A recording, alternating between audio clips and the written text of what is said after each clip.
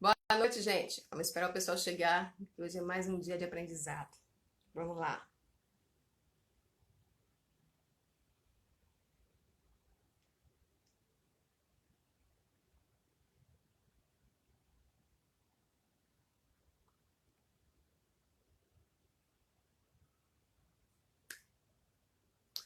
Deixa eu ver se tá com som aqui.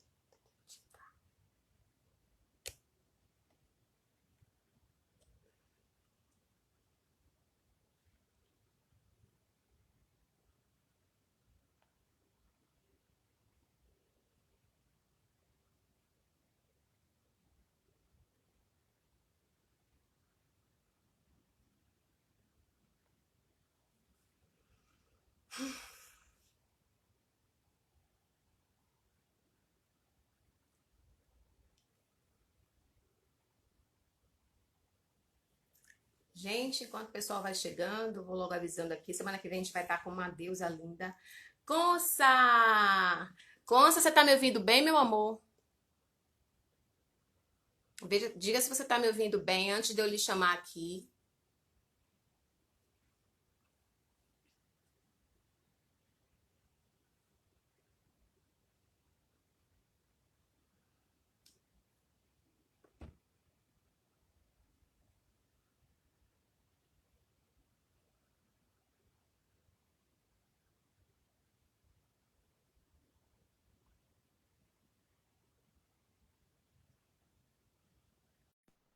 Boa noite, Carlinha. Tá me ouvindo bem, meu amor?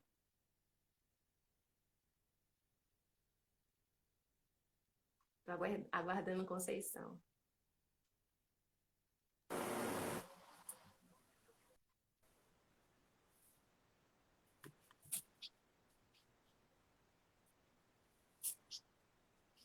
Consa? Oi, Tá escuro, não tô lhe vendo, não. tá escuro? Eu tô com luz acesa aqui, Eu tudo. não tô, eu não tô vendo sua imagem. Você não tá aparecendo. É isso, não sei por quê. Eu pedi para entrar já, né? Não te pedi? Foi, você já entrou, só que a imagem embaixo tá tudo escuro. Eu vou fazer o seguinte, eu vou fechar novamente, certo? Aí você entra Certo, novamente, eu lhe chamo. Só que na hora que eu lhe tá. chamar, dê uma olhadinha, vê se o seu Instagram tá atualizado. Atualizado? Tá. Vamos sair então. Pronto, você sai. Quando você aparecer aqui de novo, eu lhe chamo. E aí, se tiver atualizado, beleza, tá bom? Boa noite, Carlinha, Sueli, Água de Março, Poli. Estão me ouvindo direito, gente?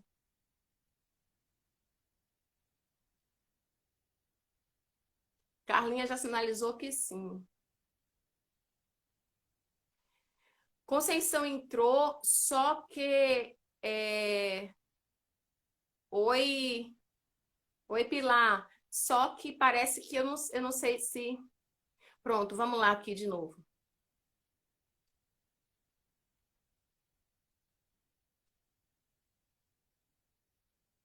Vocês estão me vendo direitinho aí?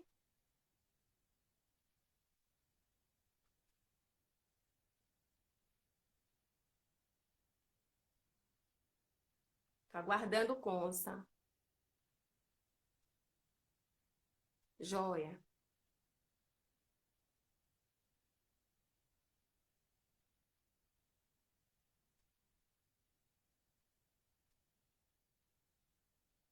Joia. Pronto, só estamos aguardando ela, porque às vezes a internet, né? O aplicativo.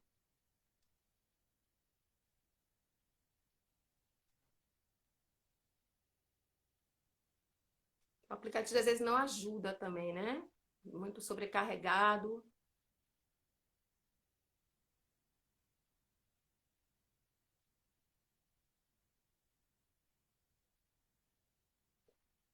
Peraí, deixa eu ver se ela tá aqui ainda.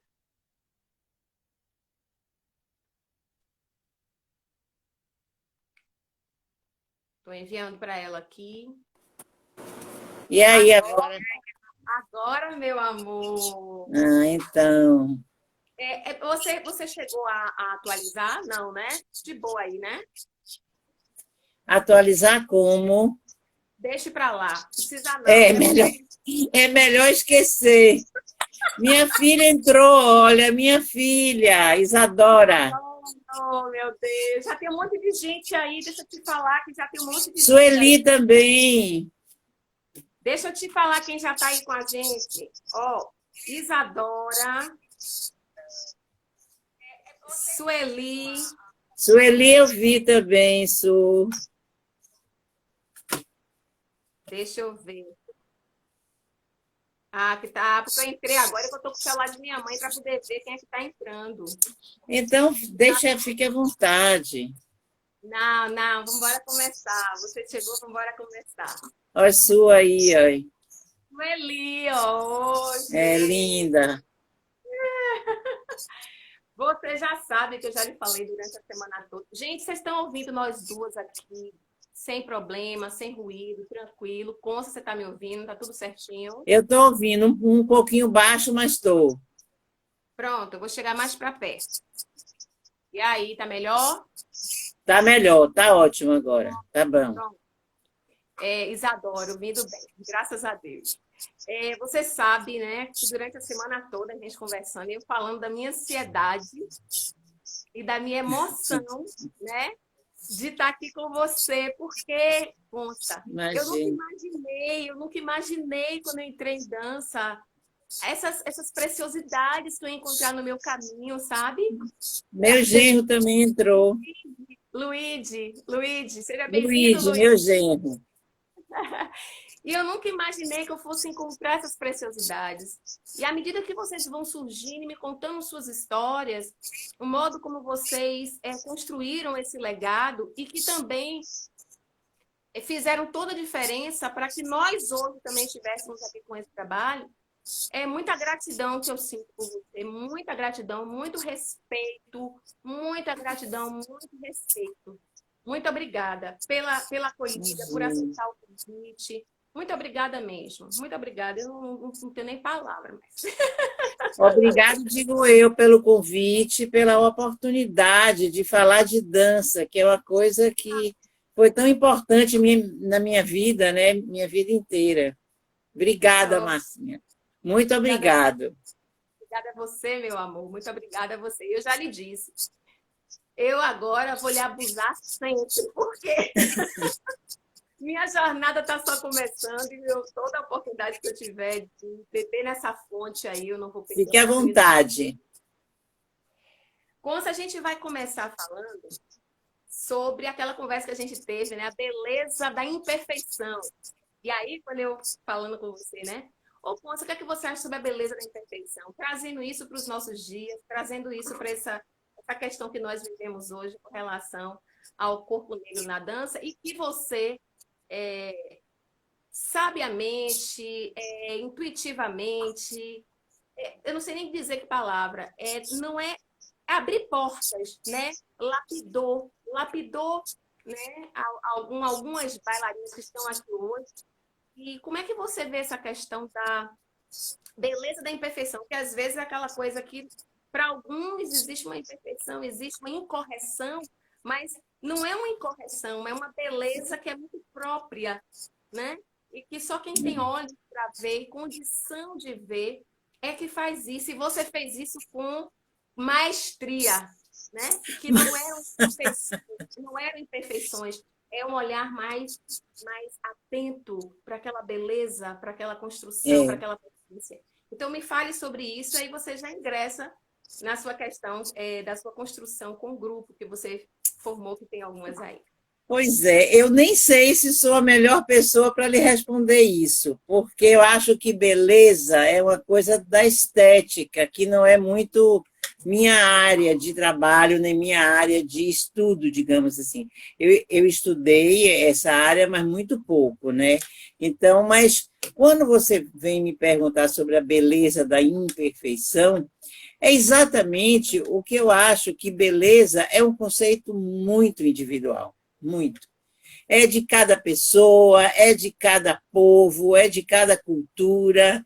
Então, a beleza eu nem posso dizer que tem uma beleza generalizada ou um modelo de beleza. Talvez a estética tenha, porque a estética discute com conceitos bem mais aprofundados. Mas, no nosso entendimento, né, eu acho que a questão de ser belo ou não é uma questão de visão do outro. É como o outro lhe olha, é como o outro lhe vê. Então, e a imperfeição começa a trazer questões de que imperfeição é essa? É a imperfeição de uma cultura? É a imperfeição de um determinado povo que, para outro, ele se torna imperfeito ou perfeito?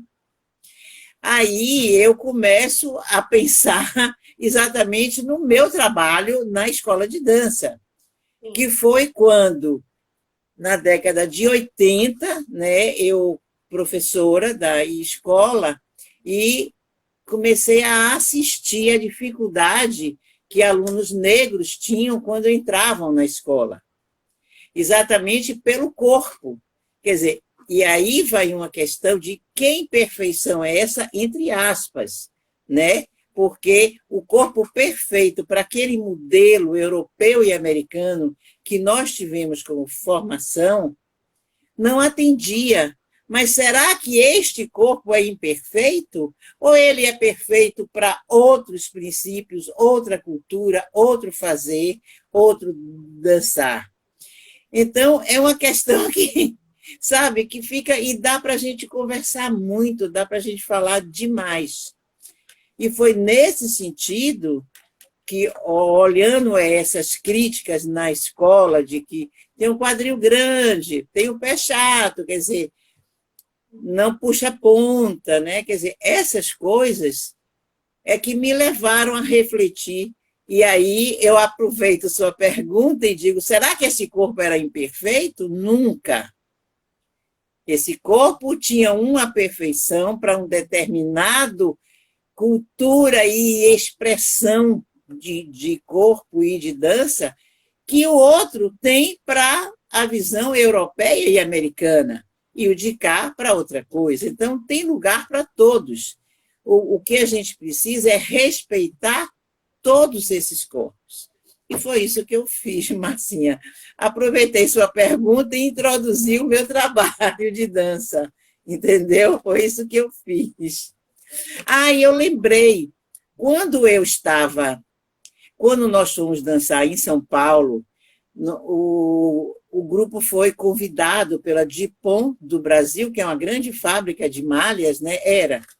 E quando acabou o espetáculo, pessoas vieram me perguntar aonde eu tinha encontrado meninas tão lindas, as dançarinas. Eu disse, elas estão no seu trabalho, elas estão na rua, elas estão no cinema, elas estão no teatro, no shopping, em qualquer lugar. Só que nessa hora em que eu destaco essas meninas e boto em um palco e executando uma dança, que é uma dança vibrante, uma dança com energia, uma dança com um poder de magnetismo muito grande, que é a dança da cultura afro-brasileira, tem um destaque, e as pessoas se veem envolvidos nesse sentimento de enxergar uma coisa que até então eu não via, né? Então, eu aproveitei sua perguntinha e ó, botei várias coisas aí do meu trabalho. Pode continuar a perguntar. É porque é justamente isso. Porque, assim, quando você fala, onde é que você encontrou essas mulheres tão bonitas? E elas estão aí no dia a dia da gente, passando pela gente, né? E com uma potência, né? E com uma capacidade corporal infinita. A gente está falando aqui, que eu vou enumerar, né? Que eu coloquei lá no conteúdo, Sueli Ramos, Tânia Bispo, Rosângela Silvestre, Leda, Rosângela, Edileuza, Isaura, que está nos Estados Unidos, né? Tem muitas outras que foram saindo antes do grupo. Né? Meu Deus, essas mulheres, elas estavam elas já tinham essa potência, elas estavam prontas, elas foram lapidadas, somente isso, porque quando elas chegaram para você, aliás, me diga isso, como foi que isso começou? Como foi que elas chegaram para você? Como foi essa abertura dentro da escola de dança da UFBA? Como foi isso? Foi o seguinte, eu é porque a escola tinha 2 departamentos e 2 ênfases, uma de técnicas corporais e o outro de criação e teoria. Eu sempre fui da área de criação e teoria. E eu ouvia muito esses comentários. Ai, tem um quadril largo, não consegue fazer a aula. Claro, vamos dar um parêntese e retornar ao tempo e ver que essa escola de dança ela tem 60 anos. Ela foi fundada em 1956 e no Brasil não existiam professores de dança formados em dança de nível superior. Então, tiveram que ir buscar fora. E aí veio muita gente da Europa e algumas pessoas dos Estados Unidos. É claro que toda a influência, se eles vieram de lá, eles trouxeram toda essa carga de formação deles e começaram, claro, a nos formar da mesma forma, com a influência deles. Quer dizer, a gente não recebeu essa carga de cultura europeia e euro-americana, vamos dizer assim, por nós não termos ainda professores dentro do Brasil formados em dança. Resultado, a gente tinha esse modelo e com esse modelo a gente tinha que trabalhar. E eu ouvia essas críticas. E um belo dia, eu conto isso sempre, várias pessoas já sabem, esses que estão aí nos assistindo já ouviram eu dizer. Eu estava dando aula de improvisação quando Tânia Bispo tem uma aula com muita dificuldade e ela vira-se para mim e diz: olha, Conceição, eu não sei dançar do jeito, do modelo que essas pessoas estão me dando. É muito difícil. Eu disse: Tânia, e quem lhe disse que você tem que se expressar numa aula de improvisação com esta técnica que você tem lá nas aulas de técnica e de balé? Ela diz: não, eu disse: não, aquelas técnicas é para trabalhar o seu corpo. Não é como um modelo, como um padrão que você tem que repetir. Aqui é aula de improvisação. Você vai improvisar, exercitar o seu corpo, criando movimentos de sua particularidade, de seu entendimento e de suas possibilidades corporais. Quando eu ouvi isso de Tânia, juntando com aquelas críticas, eu entendi que alguma coisa precisava ser feita. E eu preciso fazer alguma coisa dentro da escola, chamando atenção para essa questão de que alunos estão entrando na escola e precisando de serem vistos. O currículo da escola precisava contemplar esses alunos que estavam chegando e vindo, e que a escola precisava formar essas pessoas e não deformar com um modelo e estranho aquele corpo, né? Então, eu disse: bom, podemos fazer de várias formas. Podemos fazer falando, e brigando, e gritando, e fazendo confusão, fazendo greve, né?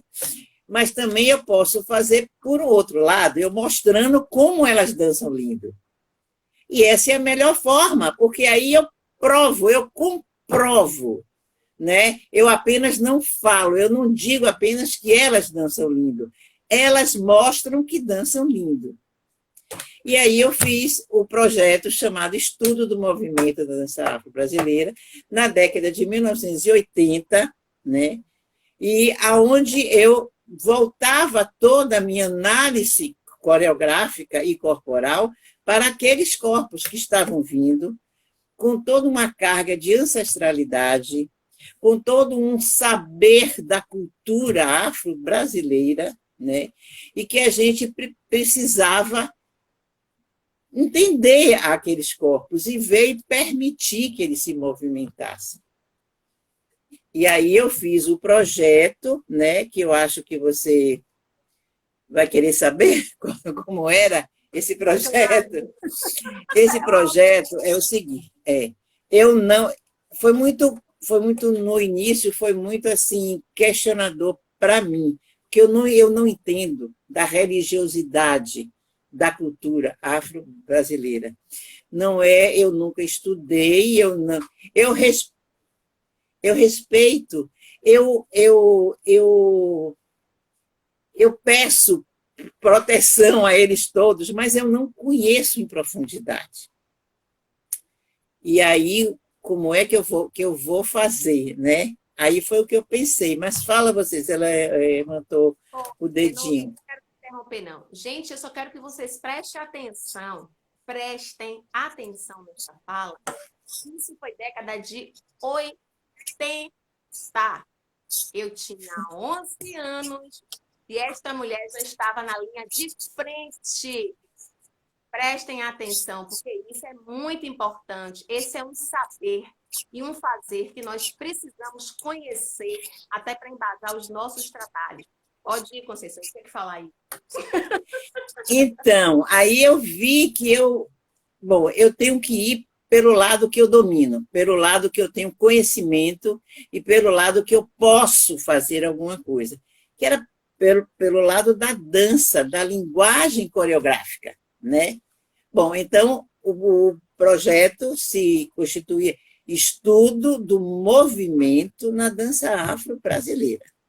Eu ia olhar as danças religiosas e as danças sociais, analisando a movimentação, analisando a ocorrência daquelas danças, como elas ocorriam, como elas como eram apresentadas, né? A dinâmica do movimento, o espaço que ele ocupa, o ritmo que ele traz e demonstra, né?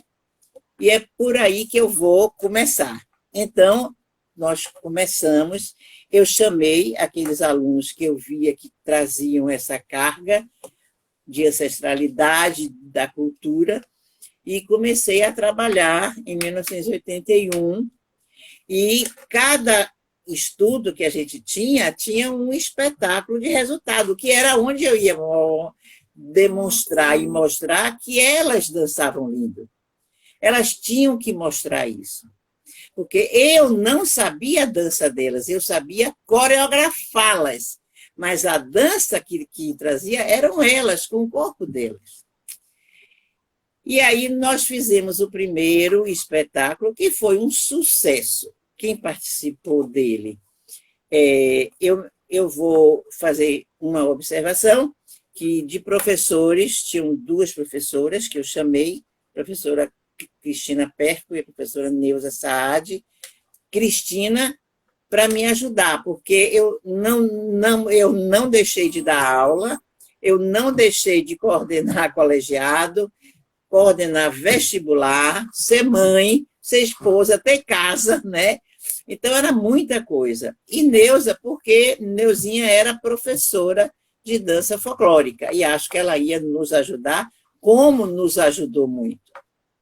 Só que elas duas só participaram do primeira e segunda etapa, depois elas saíram.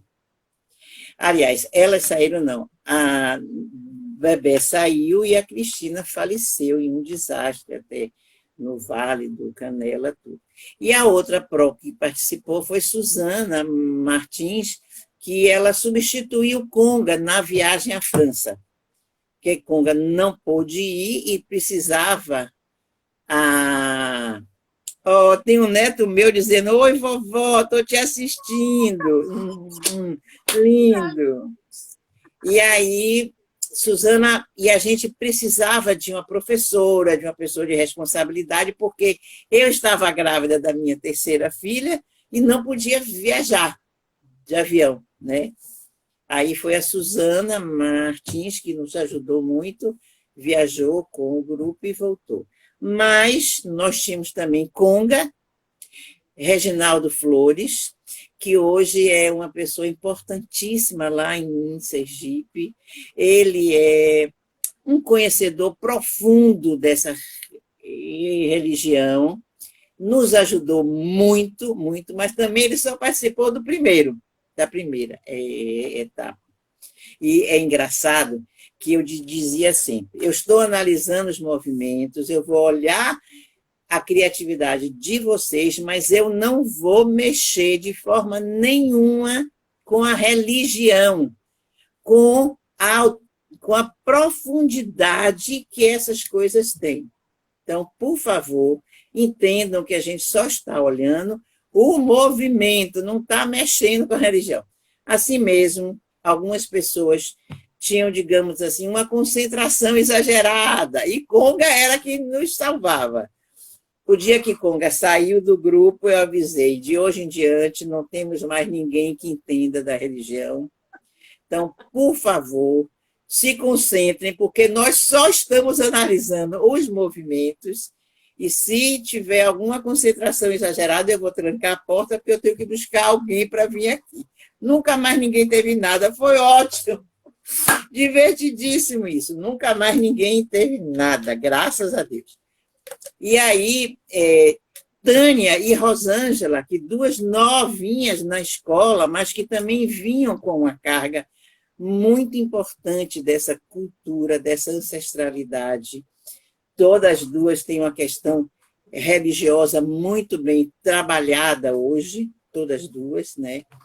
Tudo. E aí foi o primeiro espetáculo esse nosso, que ainda tinha Ana Rosa, tinha Leci também, Raimunda Sena, maravilhosa Munda. E aí nós fizemos o primeiro espetáculo, e eu me lembro, no dia da estreia dele, quando acabou o espetáculo, todo mundo aplaudindo, vieram me perguntar, como você conseguiu que elas dançassem assim? Olha que pergunta que veio me responder exatamente a minha preocupação. Eu não consegui, não fui eu que consegui. Eu apenas dei o relevo do espetáculo a essas danças, coreograficamente, mexendo em espaço, em tempo de movimento. A dança é delas, é elas que sabem dançar assim. Eu não sei dançar.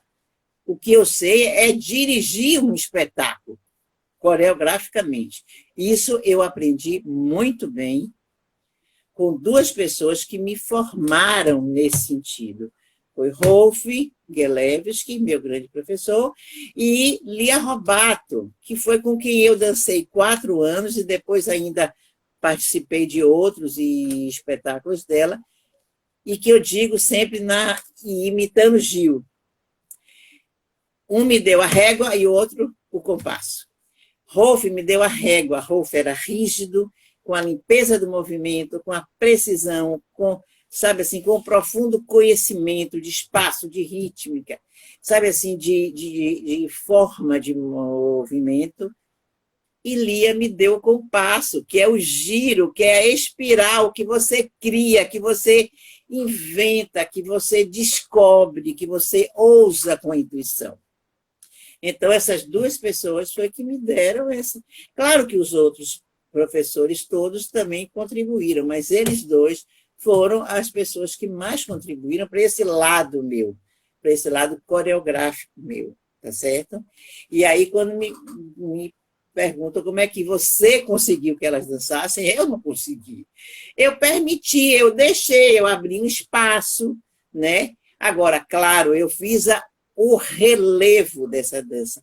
Eu dei ainda o destaque, eu dei ainda a ênfase, porque em nenhum momento nós trabalhamos com os orixás e trabalhamos com as danças populares, em nenhum momento se usou uma roupa, um elemento que fosse igual como é na hora que eles estão celebrando as suas sessões religiosas, nenhum momento. Nenhum momento. Me lembra como se fosse hoje. A roupa de Isaura, que ela dançava uma coreografia de Oxum, era uma coisa linda. Era um tecido de seda pura, uma saia que amarrava aqui, com uma calcinha que ela tinha toda bordada em pontas amarelas e azuis, uma calcinha, um colar de pérola no pescoço para dar a suntuosidade de um Oxum, para dar a importância, a beleza, a sutileza de um orixá desse, sabe? E aí foi cada um deles. A roupa de bebê era linda, linda, que ela dançava Ogum e Conga dançava Iaçã, quer dizer, era uma mulher dançando orixá masculino, 1980, e um homem dançando um orixá feminino. Conga arrasava, com duas saias lindas, vermelhas, uma estampada e uma lisa, só isso, ele entrava em cena voando quase, entendeu? Era uma coisa linda, e todo mundo, meu Deus, foi um sucesso, tanto que foi para a França, nós viajamos muito, nós fomos para São Paulo, fomos para o Rio. Então, o que eu queria demonstrar que elas dançavam lindo, eu comecei a demonstrar no primeiro espetáculo. Aí vamos para o segundo, né? No segundo, aí algumas pessoas saem, outras entram. Aí é que entrou Leidinha Ornelas e Sueli Ramos, né? Foi esses dois presentes que me acompanharam com Tânia e Rosângela até o fim, né? E Leda é um furacão. Quando eu disse isso na outra live, ela morreu de dar risada. Ela entra com uma força, uma energia, um poder, querendo fazer. Ela não para um minuto, sabe assim? Ela é muito forte. E Sueli tem um conhecimento rítmico, ela tem um sentido rítmico muito bom. Elas estavam entrando na escola, elas entendiam muito, digamos assim, elas estavam começando a se formar, mas elas já entravam com muito talento. Isso, ela guarda muito a coreografia, tanto que a gente se batia muito, tinha briga sempre, eu e ela. Ela dizia, não é assim, não é. E acabava, na maioria das vezes, ela tendo razão, porque ela tem um sentimento rítmico muito bom. Olha ela, Ledinha aí, entrou. Não, é alguém que está comentando ela. E aí nós repetimos também, analisamos o movimento de outros orixás, mas a dança puramente no movimento, a outra está dizendo que assistia, e sociais. Então, o samba foi uma dança que eu olhei muito, e eu comecei a ver os 4 pontos que me deram todos os indicadores para eu fazer o último espetáculo nosso, que era a intenção.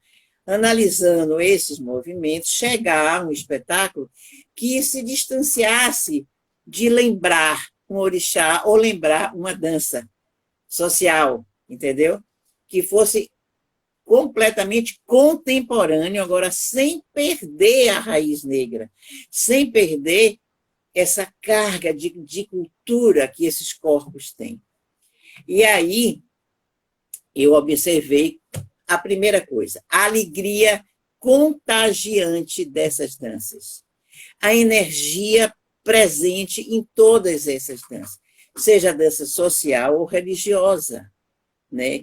O prazer de dançar. Ninguém se queixa de dançar, todo mundo dança com uma doação de corpo muito grande, muito grande. Então, isso aí foi a primeira coisa que eu percebi, né? Eu disse, gente, só se pode dançar com isso, com essa carga, né? Bom, e aí eu comecei a olhar o samba, né? Que o samba, ele acontece tanto que nos 3 espetáculos primeiros, todos eles têm uma coreografia de samba, só que vai evoluindo. O primeiro é um samba que eu não perco a roda, mas eu perco o rodar na roda, para um lado e para o outro, né? O segundo, aí eu já uso fila e fileiras, eu uso duos sambando o tempo todo, e no terceiro elas dançavam com a saia branca linda, de 10 metros enormes, e essa saia era o prolongamento do corpo delas. Elas criavam formas com o tecido da saia branca, ou incorporando a seu corpo, ou criando uma extensão desse corpo com essa saia. É pena que os vídeos, olha, se perdeu tudo na escola de dança. Eu tenho fotos só, fotos eu tenho, mas os vídeos não tem mais, é uma pena, uma pena. E, sim, aí eu reparei que no samba o pé está inteiro pelo chão. Nessa dança não existe ponta nem meia ponta. Existe o pé grudadinho no chão. E este pé, o que é que dá? Dá o equilíbrio perfeito, dá a possibilidade de locomoção, de transferência de peso de uma perna para outra com muita segurança. Ela dá uma agilidade no se deslocar enorme. E é este pé por inteiro no chão o tempo todo que eu observei desse samba, que é muito lindo isso, muito, muito lindo. E aí eu disse, bom, este pé não se puxa a ponta mais nos nossos espetáculos, ninguém. Aí eu tive uma dificuldade muito grande com Leda, porque Leda vinha meio jazzística, sabe? Ela dançava em um grupo meio cheia de maneirismos. Eu dizia, Ledinha, Ledinha, Ledinha, mas ela maravilhosa e foi embora. Mas ninguém puxava a ponta, ninguém. O pezinho era relaxado o tempo todo. Isso traz uma característica muito grande, diferencia dessa dança europeia e americana, que puxa a ponta, que alonga a ponta, que estica a perna, sabe? Quer dizer, que fica na meia ponta, muito grande. E eu precisava de ter procedimentos de identificação para que, quando eu chegasse no último espetáculo para dançar contemporaneamente, que me esquecesse dessas danças, eu tivesse essa identidade, eu não perdesse essa identidade. Quer dizer, eu como diretora de espetáculo, as meninas não, as meninas são maravilhosas, e não dançariam, eu acho que muito grupo queria ter dançarinas como elas, entendeu? Maravilhosas, dançam até hoje. Se quiserem, dançam lindo até hoje, sem dúvida, né? Então, e aí eu disse, bom, isso é uma característica que tem que permanecer o tempo inteiro. Aí, vamos observar, já me garantia isso uma identidade muito grande dessa dança. Mas aí eu fui mais além. Aí eu vou e descubro na capoeira a coisa do espaço cênico. A capoeira é uma dança que vai de baixo a cima. A capoeira, ela não perde tempo nessa horizontalidade que você fica olhando uma coreografia só nesse deslocamento de um lado para o outro. Ela vai do chão até o pulo mais alto. Ela tem diversos apoios, ela não apoia só com os dois pés. Porque você, horas, dança com os dois pés no chão o tempo todo. Ou você tira um, ou você faz... Né? Quer dizer, no balé clássico, meu Deus do céu, ninguém vai para o chão, nunca quase. É o tempo todo, é relevé, é não sei o quê, mas os dois pés, ou um pé, ou dois pés, é pirueta, não sei o quê, dois pés. A capoeira não, a capoeira vai do chão e tem horas até que o apoio é com a cabeça. Quer dizer, ele se apoia com a cabeça, com o braço, com o ombro. Eu disse, meu Deus, essa coisa da verticalidade do espaço para coreografar uma dança é fundamental, fundamental. Porque dá um diferencial completamente nessa identidade, né? Aí eu disse, bom, é para explorar o espaço dessa forma.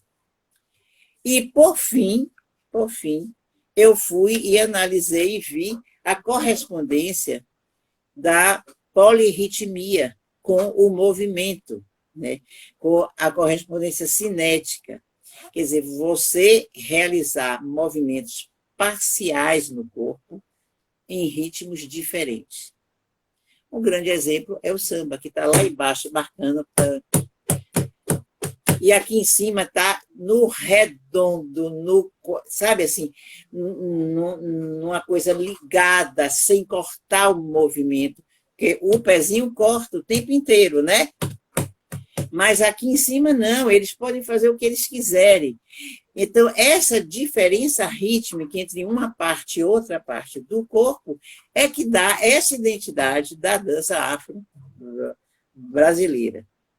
E aí, o que nós fizemos? Fomos até o Marongué, que foi o último dos nossos espetáculos, que tem que foge completamente aos modelos, digamos, que nós observamos como ideia, como análise, como base de criação, né?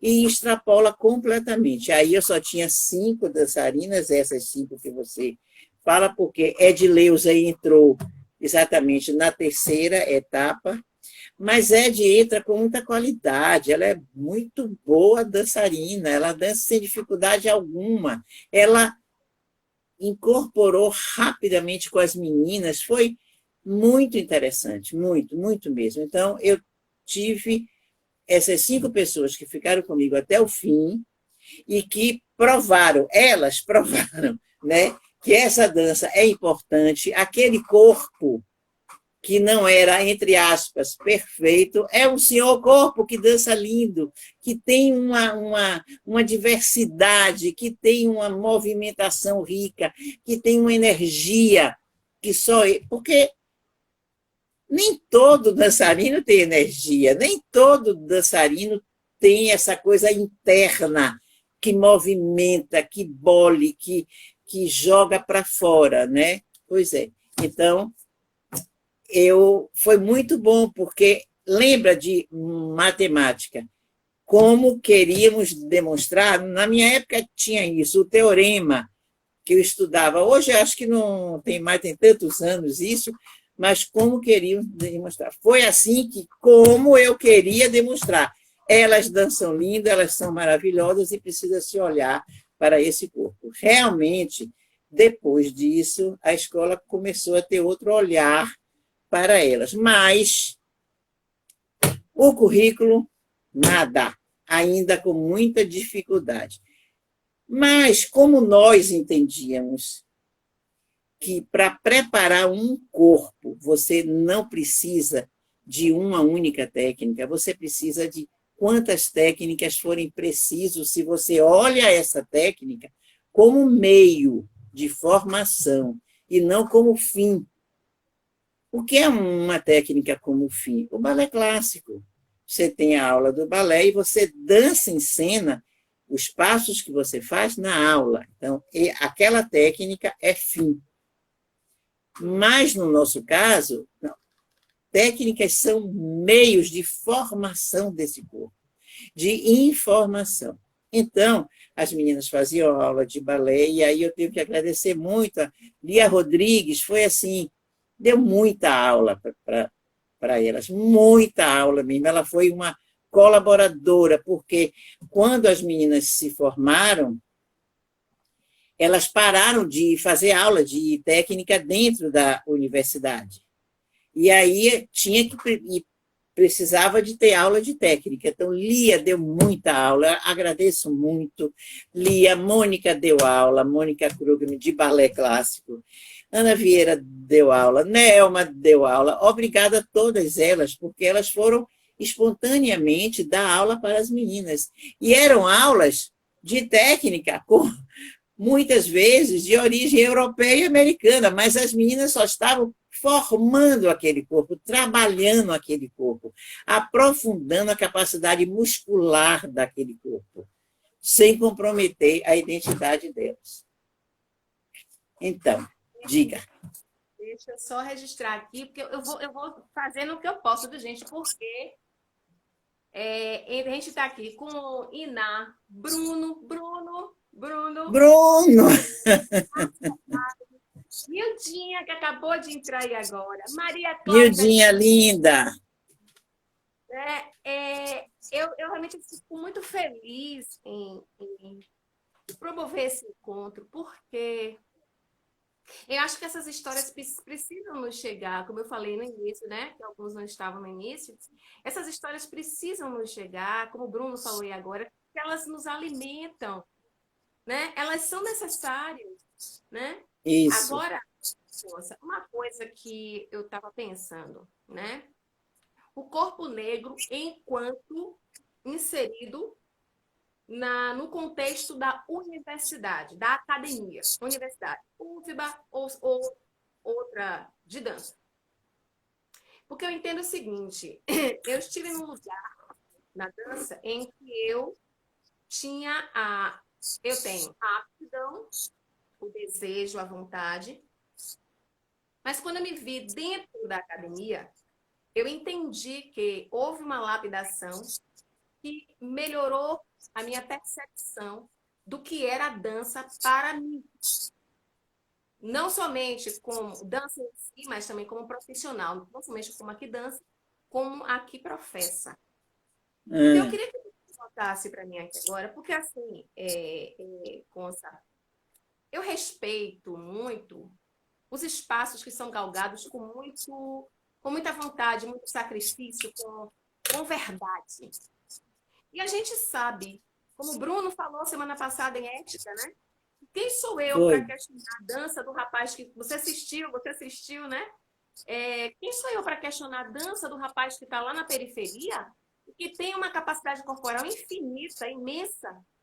Por que ele não está na academia? Por que ele não entrou na universidade? E como você falou, tem muito bailarino que não tem energia. E aí a gente tem as nuances, né, desse caminhar, dessas histórias.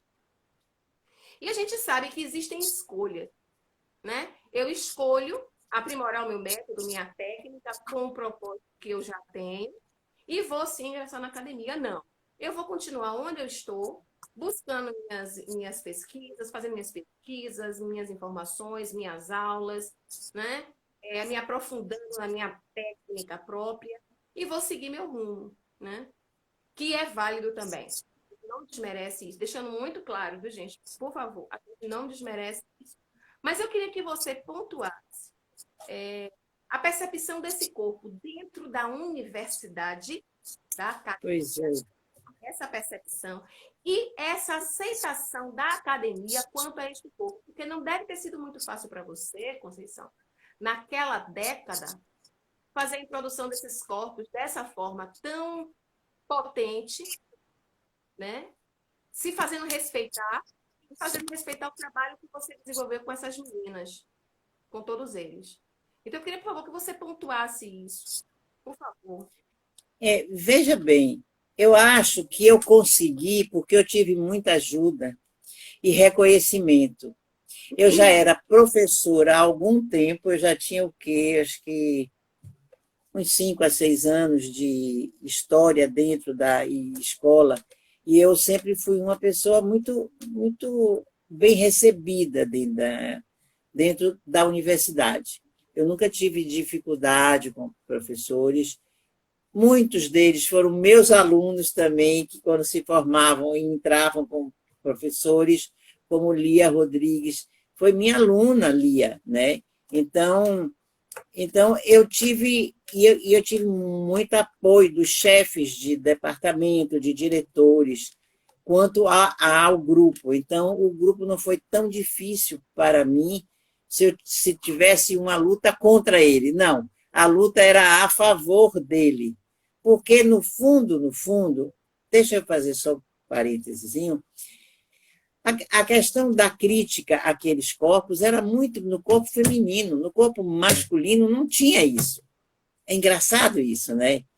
Porque Clyde tinha chegado dos Estados Unidos, aquele homem, 1,90 m e tantos, lindo, com um corpo maravilhoso, com uma técnica incrível, um professor de uma sensibilidade, entendeu?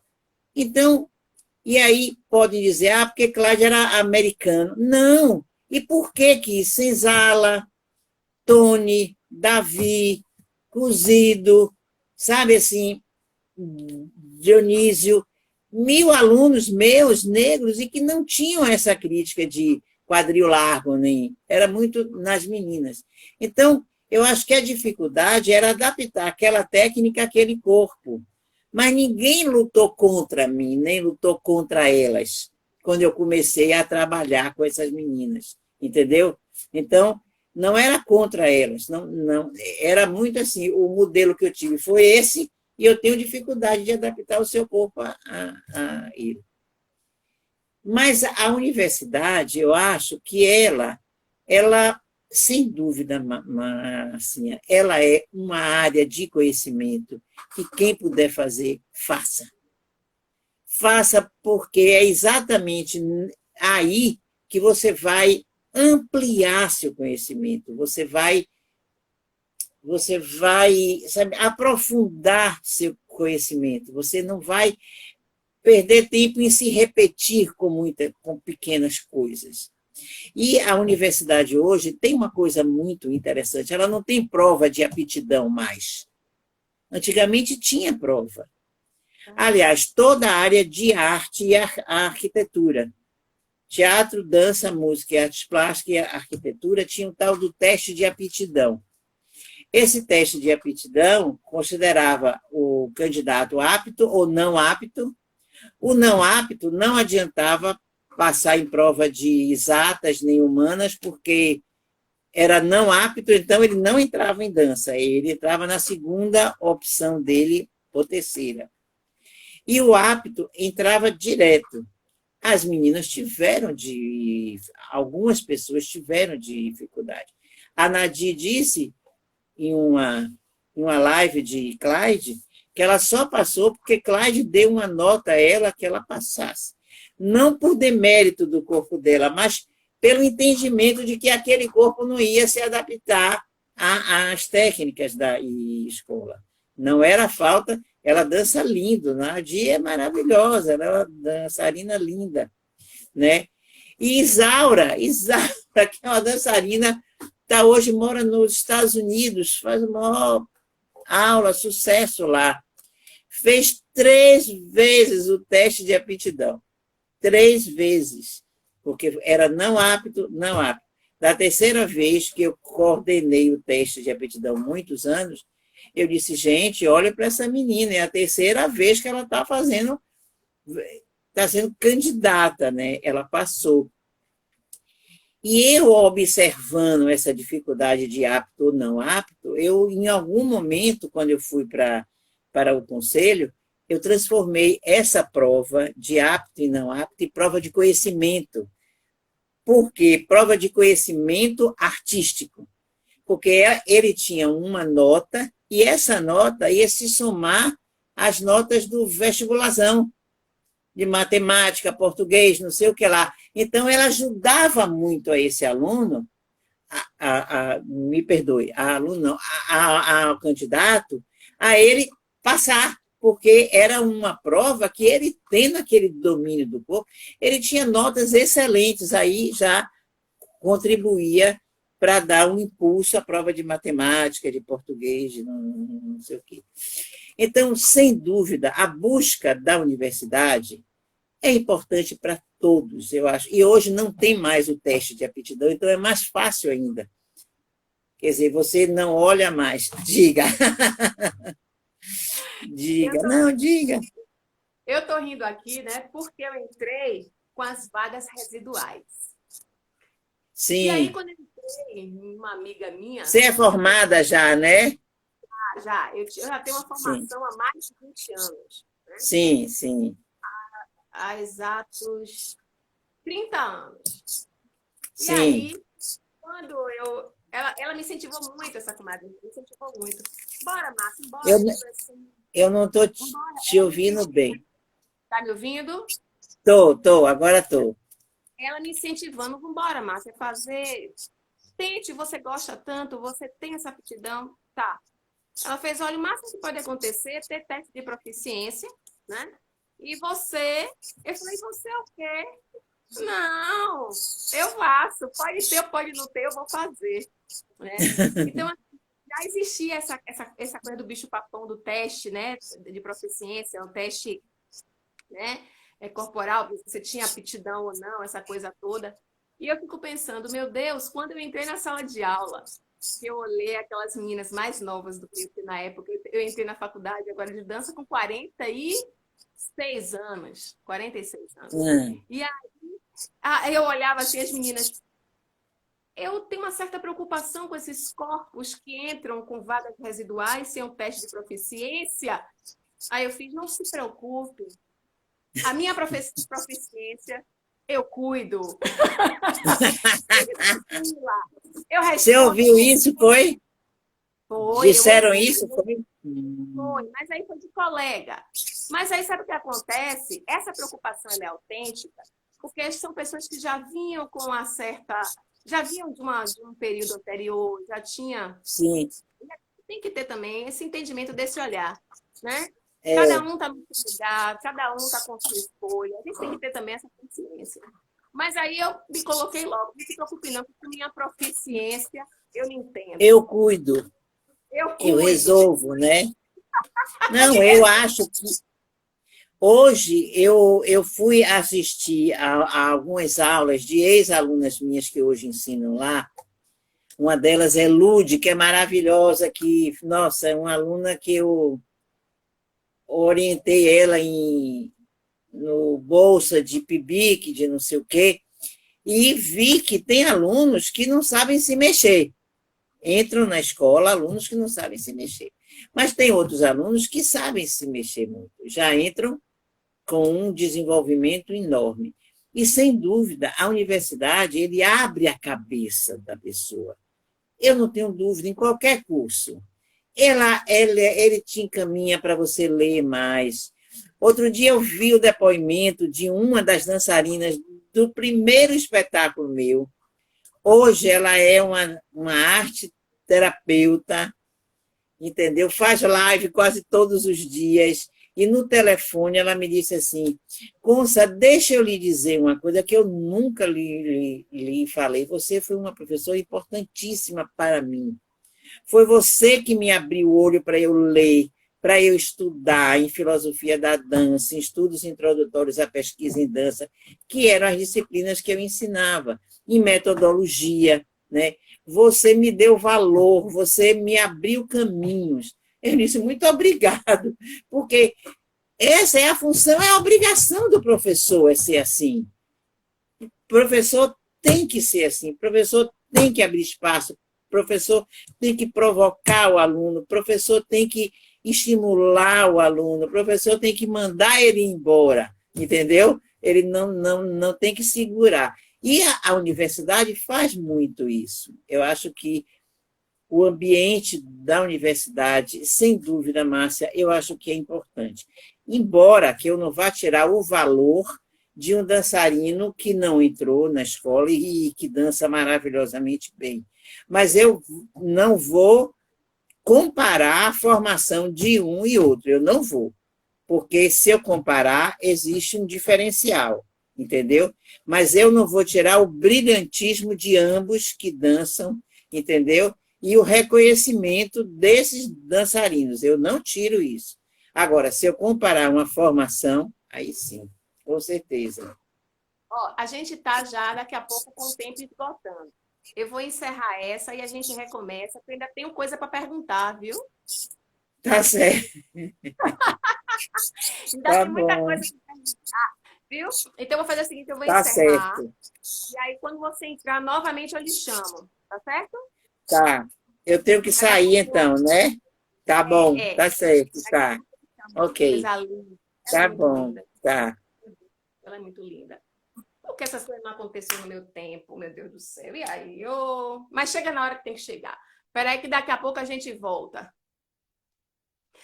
Bruna, é isso mesmo, é fantástico. Mas, Ariadne, tenha paciência que